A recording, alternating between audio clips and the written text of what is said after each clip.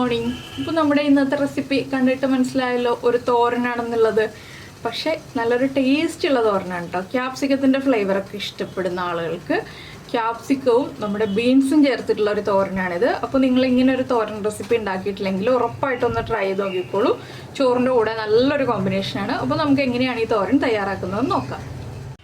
നമുക്ക് നമ്മുടെ ഇൻഗ്രീഡിയൻസ് നോക്കാം. നമ്മളിപ്പോൾ ഇതുപോലെ ഒരു പിടി ബീൻസ് എടുത്തിട്ടുണ്ട്. ഒരു 100 ഗ്രാം ബീൻസ് അത്രയും മതി. അതിലേക്കായിട്ട് ഒരു നോർമൽ വലിപ്പമുള്ള ഒരു ക്യാപ്സിക്കം, പിന്നെ 3 പച്ചമുളക് എടുത്തിട്ടുണ്ട്. ഒരു 3/4 കപ്പ് തേങ്ങ ചിരവിയതെടുത്തിട്ടുണ്ട്. 3/4 കപ്പ് നിങ്ങൾക്ക് വേണ്ടാന്നുണ്ടെങ്കിൽ 1/2 കപ്പ് ആയാലും മതി.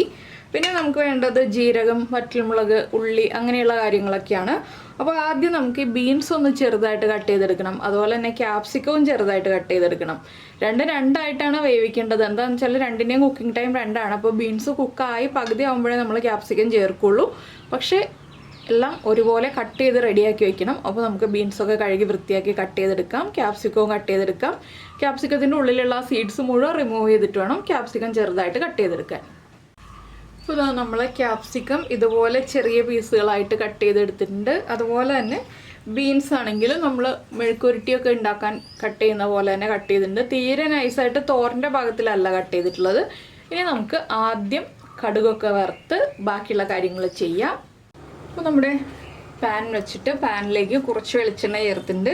ഇതിലേക്ക് ഒരു 1/2 ടീസ്പൂൺ കടുക് ചേർക്കാം. കടുകൊന്ന് പൊട്ടി തുടങ്ങട്ടെ. കടുക് പൊട്ടി കഴിയുമ്പോൾ നമുക്ക് ഒരു 3-4 ഉള്ളി ഒന്ന് നീളത്തിൽ മുറിച്ച് വയ്ക്കാം. സവോള ആണെങ്കിൽ സവോള ചേർക്കാം. ചെറിയ സവോളയുടെ 1/4 ഭാഗം ചേർത്താലും മതി. ഇല്ലെങ്കിൽ ഉള്ളി ഉണ്ടെന്നുണ്ടെങ്കിൽ ഉള്ളി തന്നെ ചേർത്തുള്ളൂ. ടേസ്റ്റ് കൂടുതൽ ഉള്ളി ചേർക്കുമ്പോഴാണ്. അതുപോലെ തന്നെ 2 വറ്റൽമുളകും വേണം.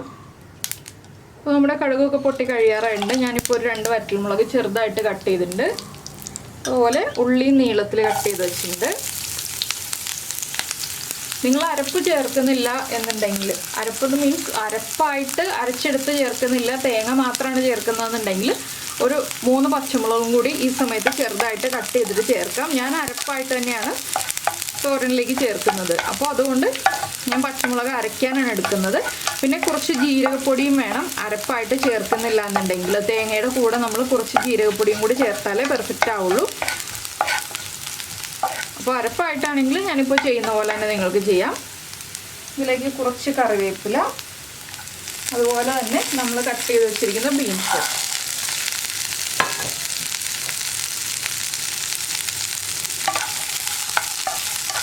ഇതെല്ലാം ചേർത്ത് നന്നായിട്ട് ഇളക്കി ഇനി ഇതൊന്ന് അടച്ചു വെച്ച് ആവിയിൽ കുക്ക് ചെയ്തെടുക്കാം. അപ്പോൾ കുക്കായി കിട്ടാൻ ബുദ്ധിമുട്ടാണെന്നുണ്ടെങ്കിൽ നമുക്ക് 1-2 ടീസ്പൂൺ വെള്ളം തളിച്ചു കൊടുത്ത് കുക്ക് ചെയ്തെടുക്കാം. അപ്പോൾ ഞാനിനി ഇത് അടച്ചു വയ്ക്കട്ടെ. ആവിയിലൊന്ന് കുക്കായി വന്ന് തുടങ്ങുമ്പോൾ നമുക്ക് ബാക്കിയുള്ള കാര്യങ്ങൾ ചേർത്ത് കൊടുക്കാം. ഈ സമയത്ത് നമുക്ക് ഇതിലേക്ക് വേണ്ട അരപ്പിൻ്റെ കാര്യങ്ങൾ നോക്കാം. ലോ ഫ്ലെയിമിൽ വേണം അടച്ചു വയ്ക്കാനായിട്ട്. എന്താണെന്ന് വെച്ചിട്ടുണ്ടെങ്കിൽ ഹൈ ഫ്ലെയിമിൽ വെച്ചിട്ടുണ്ടെങ്കിൽ കരിഞ്ഞു പോവും. അപ്പോൾ ലോ ഫ്ലെയിമിൽ വെച്ചിട്ട് ആവിയിൽ വേവിക്കാം. അപ്പോൾ ഇനി ഞാൻ അരപ്പിൻ്റെ കാര്യങ്ങൾ എന്തൊക്കെയാണെന്ന് പറയാം. അരപ്പിനായിട്ട് ഞാനിപ്പോൾ നമ്മൾ എടുത്ത് വെച്ചിരുന്ന തേങ്ങ ഉണ്ടല്ലോ, തേങ്ങയിലേക്ക് 3 പച്ചമുളക്, നിങ്ങളുടെ എരിവനുസരിച്ച് പച്ചമുളകിൻ്റെ എണ്ണം തീരുമാനിക്കാം. 2-3 ചേർക്കാം. 1/2 ടീസ്പൂൺ ജീരകം, ഇതുപോലെയുള്ള ഒരു ഉള്ളി, ഒരു മീഡിയം വലിപ്പമുള്ള ഉള്ളി, 4-5 ഇതിൽ കറിവേപ്പില, ഇത്രയും ചേർക്കുന്നുണ്ട്. പിന്നെ ചിലർക്ക് തോരനിലൊക്കെ വെളുത്തുള്ളി ചേർക്കണം എന്നുണ്ടാവും. അങ്ങനെ ഉണ്ടെന്നുണ്ടെങ്കിൽ ഒരല്ലി വെളുത്തുള്ളിയും കൂടി ചേർത്തോളൂ. ഞാൻ വെളുത്തുള്ളി ചേർക്കില്ല. ഇതിലേക്കൊരു 2 പിഞ്ച് എരിവുള്ള മുളക് പൊടി, എന്താണെന്ന് വെച്ചാൽ ഒന്ന് കളറിന് വേണ്ടിയാണ് നമ്മൾ 2 പിഞ്ച് ചേർക്കുന്നത്. 1/2 ടീസ്പൂൺ മഞ്ഞൾപ്പൊടി, ഇത്രയും ചേർത്തിട്ട് തോരൻ്റെ പാകത്തിൽ നമുക്ക് ഒതുക്കിയെടുക്കാം. അപ്പോൾ നമ്മളിതാ ഇതുപോലെ തോരൻ്റെ പാകത്തിൽ ഒതുക്കിയെടുത്തിട്ടുണ്ട്. ഇത്രയും മതി. ഇനി നമുക്കിത് മാറ്റി വയ്ക്കാം. നമ്മുടെ ബീൻസിൻ്റെ കാര്യങ്ങൾ നോക്കിയിട്ട് ബാക്കിയുള്ള കാര്യങ്ങൾ ചെയ്യാം. അപ്പോൾ നമ്മുടെ ബീൻസ് കുക്കായി വന്നിട്ടുണ്ട്. അതിലേക്ക് ഞാനൊന്ന് 1/4 ഭാഗം കുക്കായപ്പോൾ ആവശ്യത്തിന് ഉപ്പ് ചേർത്തു. ഇനി നമുക്ക് നമ്മൾ കട്ട് ചെയ്ത് വെച്ചിരിക്കുന്ന ക്യാപ്സിക്കവും കൂടി ചേർക്കാം. ക്യാപ്സിക്കം ഓവർ കുക്കായി പോകരുത്. അതുകൊണ്ടാണ് നമ്മൾ ഈ ഒരു സ്റ്റേജ് ആകുമ്പോൾ മാത്രം ക്യാപ്സിക്കം ചേർക്കുന്നത്. ഇനി ഈ ക്യാപ്സിക്കവും കൂടി ചേർത്തിട്ട് നിങ്ങൾക്ക് ക്യാപ്സിക്കം കടിക്കാൻ ആവശ്യമാണെന്നുണ്ടെങ്കിൽ ഇതുപോലെ ഒന്ന് വഴറ്റി ഒരു 2 മിനിറ്റ് വഴറ്റി കൊടുത്തിട്ട് അരപ്പ് ചേർക്കാം. നന്നായിട്ട് കുക്കായി വേണം ക്യാപ്സിക്കം എന്നുണ്ടെങ്കിൽ ഒരു 5 മിനിറ്റ് ലോ ഫ്ലെയിമിൽ അടച്ചു വെച്ചിട്ട് അരപ്പ് ചേർക്കാം. അപ്പോൾ എന്താണെന്ന് വെച്ചിട്ടുണ്ടെങ്കിൽ ഞാൻ ഈ ബീൻസ് വേവാനായിട്ട് ഒരു 1/4 കപ്പോളം വെള്ളം ചേർത്തിരുന്നു കേട്ടോ. അപ്പോഴാണ് ബീൻസ് പെർഫെക്റ്റ് ആയിട്ട് കുക്കായി കിട്ടിയത്. ഞാൻ ഇനി ഇതൊരു 2 മിനിറ്റ് ഇളക്കി കൊടുക്കുന്നുള്ളൂ. അതിനുശേഷം നമ്മുടെ അരപ്പും കൂടി ചേർത്ത് ഇളക്കി അടച്ചു വെക്കാൻ പോവാണ്. അരപ്പ് ചേർത്ത് ഇളക്കി അടച്ചു വെച്ച് കഴിയുമ്പോൾ അരപ്പിൻ്റെ ജീരകത്തിൻ്റെയും എല്ലാ ടേസ്റ്റും നമ്മുടെ തോരനിലേക്ക് ബാക്കിയുള്ള വെജിറ്റബിൾസിലേക്ക് പിടിച്ചു വന്നോളും. അപ്പോൾ ഇതുപോലെ ഒന്ന് ഇളക്കി വഴറ്റിയെടുക്കുക. ഇനി നമ്മൾ വെള്ളം ചേർത്ത് കൊടുക്കേണ്ട. ക്യാപ്സിക്കം ഈ ആവിയിൽ തന്നെ കുക്കായി വന്നോളും. അപ്പോൾ ക്യാപ്സിക്കം വഴന്ന് വരുന്നതിൻ്റെ നല്ലൊരു മണമൊക്കെ വരുന്നുണ്ട്. ഇതിലേക്ക് മഞ്ഞൾപ്പൊടി ചേർക്കണം എന്നുണ്ടെങ്കിൽ ഇതിൽ മഞ്ഞൾപ്പൊടി ചേർക്കാം. അപ്പോൾ നമ്മൾ അരപ്പിൽ മഞ്ഞൾപ്പൊടി ചേർക്കേണ്ട ആവശ്യമില്ല. ഇനി നമുക്കൊന്ന് 1 മിനിറ്റ് ഒന്ന് അടച്ചു വയ്ക്കാം. അധിക സമയം ഞാൻ അടച്ചു വെച്ച് ഓവർ കുക്ക് ആക്കുന്നില്ല ക്യാപ്സിക്കം. 1 മിനിറ്റ് മാത്രം ലോ ഫ്ലെയിമിലൊന്ന് അടച്ചു വയ്ക്കാം. ക്യാപ്സിക്കത്തിൻ്റെ കളർ മാറിപ്പോവാതെ തോരൻ ഉണ്ടാക്കുകയാണെങ്കിൽ അതായിരിക്കും കൂടുതൽ ബെറ്റർ ആയിരിക്കുന്നത്. ബീൻസ് പിന്നെ സാധാരണ ബീൻസാണ് കിട്ടുന്നതെങ്കിൽ നന്നായിരിക്കും കേട്ടോ. എനിക്കിപ്പോൾ കുറച്ച് ഡാർക്ക് കളറുള്ള ബീൻസാണ് കിട്ടിയത്. അപ്പോൾ നിങ്ങൾ സാധാരണ ബീൻസ് തന്നെ വാങ്ങിക്കാൻ നോക്കൂ. ഇതൊരു 1 മിനിറ്റ് ഇങ്ങനെ ഇരിക്കട്ടെ. അപ്പോൾ നമ്മൾ ക്യാപ്സിക്കം ചേർത്ത് അടച്ചു വെച്ചിട്ട് ഒരു 1 മിനിറ്റ് ആയിക്കഴിഞ്ഞു. ഇനി നമുക്കിത് ഒന്ന് തുറന്ന് നന്നായിട്ട് ഇളക്കിയതിന് ശേഷം ഇതിലേക്ക് അരപ്പ് ചേർക്കാം. അരപ്പ് ചേർക്കുമ്പോൾ ഈ നടുഭാഗത്ത് ഒരു സ്പേസ് ഉണ്ടാക്കിയിട്ട് ഇവിടെ ചേർക്കാണ് നല്ലത്. അപ്പോൾ കുഴിവുള്ള ചീനച്ചട്ടി ആണെങ്കിൽ നമുക്ക് എളുപ്പമായിരിക്കും കേട്ടോ അരപ്പ് ഇതുപോലെ നടുഭാഗത്ത് സ്പേസ് ഉണ്ടാക്കിയിട്ട് ചേർത്തിട്ട് അടച്ചു വയ്ക്കാനായിട്ട്. അപ്പോൾ ഇത് പരന്ന പാൻ ആയതുകൊണ്ട് അത്ര എളുപ്പമായിരിക്കില്ല അടച്ചു വയ്ക്കാൻ.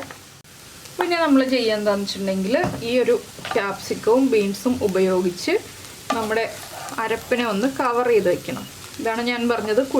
കുഴിവെള്ള പാത്രങ്ങളാണെങ്കിൽ എളുപ്പത്തിൽ നമുക്ക് ഇതുപോലെ അടച്ചു വയ്ക്കാം. അപ്പോൾ അരപ്പിലേക്ക് ആവി കയറി വന്നോളും. പറ്റാവുന്ന രീതിയിലൊക്കെ ഒന്ന് കവർ ചെയ്തിട്ടുണ്ട്. ഇനി ഇത് വീണ്ടും ഒരു 2 മിനിറ്റ് അടച്ചു വയ്ക്കാം. അരപ്പിലേക്ക് നന്നായിട്ട് ആവി കയറി വന്നതിന് ശേഷം നമുക്ക് ഇളക്കി മിക്സ് ചെയ്യാം.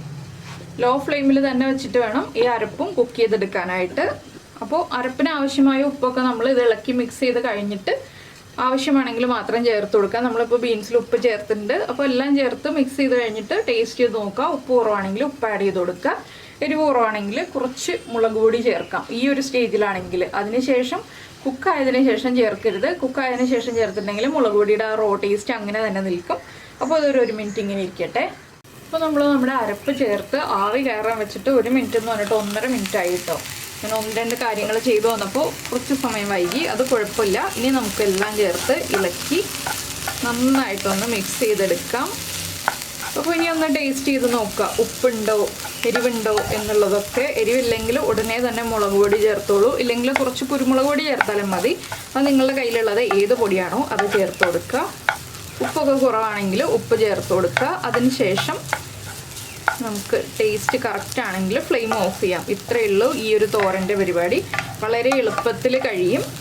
അപ്പോൾ ഇപ്പോഴും നമ്മൾ ബീൻസ് തോരൻ മാത്രം ഉണ്ടാക്കി കഴിക്കുന്നതിനേക്കാൾ ചേഞ്ച് ആയിട്ട് ഇപ്പോൾ നിങ്ങൾ വേറെ എന്തെങ്കിലും കറി ഉണ്ടാക്കാൻ എടുത്ത ഒരു ക്യാപ്സിക്കത്തിൻ്റെ പകുതിയൊക്കെ ബാക്കി ഇരിക്കുന്നുണ്ടെന്നുണ്ടെങ്കിൽ വേറെ എന്ത് കറി ഉണ്ടാക്കുന്ന ഒരു ഐഡിയ ഇല്ലാന്നുണ്ടെങ്കിൽ ഇതുപോലെ ബീൻസോ പയറോ ഒക്കെ ഉണ്ടെങ്കിൽ അതിൻ്റെ കൂടെ ചേർത്ത് നമ്മുടെ ക്യാപ്സിക്കവും തോരനാക്കാം കേട്ടോ. അപ്പോൾ ഞാനൊന്ന് ടേസ്റ്റ് ചെയ്ത് നോക്കട്ടെ. ഉപ്പില്ല, ഉപ്പ് കുറവാണ്. കുറച്ചുപ്പ്, എരിവൊക്കെ ആവശ്യത്തിനുണ്ട്. ആ ജീരകത്തിൻ്റെ ഫ്ലേവറും എല്ലാം നല്ല ടേസ്റ്റി ആയിട്ടുണ്ട്.